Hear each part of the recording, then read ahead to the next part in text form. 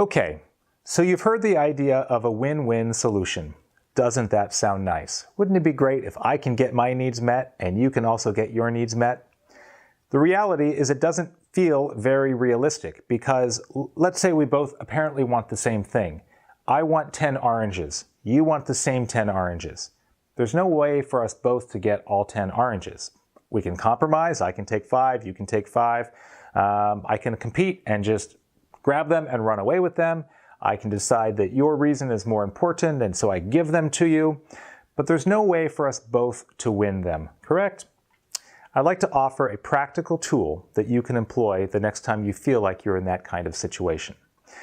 And it starts with the notion of an iceberg. Here's an iceberg. Well, at least it's my depiction of an iceberg. What do we know about icebergs? 10% of the entire mass of ice is above the surface. 90% is below. So if you're in a little boat on top of the surface, you're looking at this iceberg and you think, okay, I see the iceberg. In fact, there's a lot more to it. And the same is true with conflict. In conflict lingo, we call that 10% on the top the position. That's our stated demand or thing that we want. I want 10 oranges. That's my position. In fact, I want 10 oranges and I want you to get none of them. That's really my position. If I win by achieving that demand, or if I'm successful at achieving that demand, then my needs are met. But the question is, what are those needs? Well, the needs are actually underneath the surface. In conflict lingo, we call these our interests, the reasons why we have that position. So let's suppose that the reasons I want those 10 oranges is that I'm thirsty, I'm hungry, I need the energy, so I need to eat these 10 oranges. And let's suppose your reason for the 10 oranges is that you're baking a cake and you need the peel, the zest of 10 oranges. Well, obviously at this point you know that there in fact is a win-win solution. You take the peel, I take the fruit, we're all happy.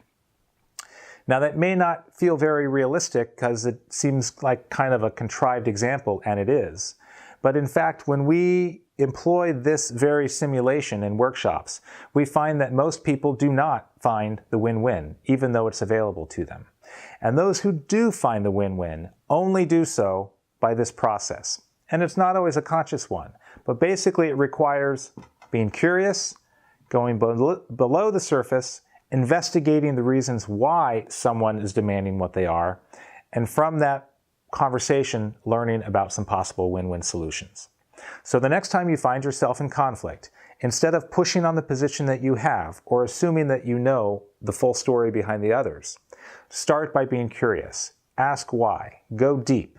And from that place of curiosity, you just might find the ingredients for a win-win solution. Give it a shot. Let us know how it goes.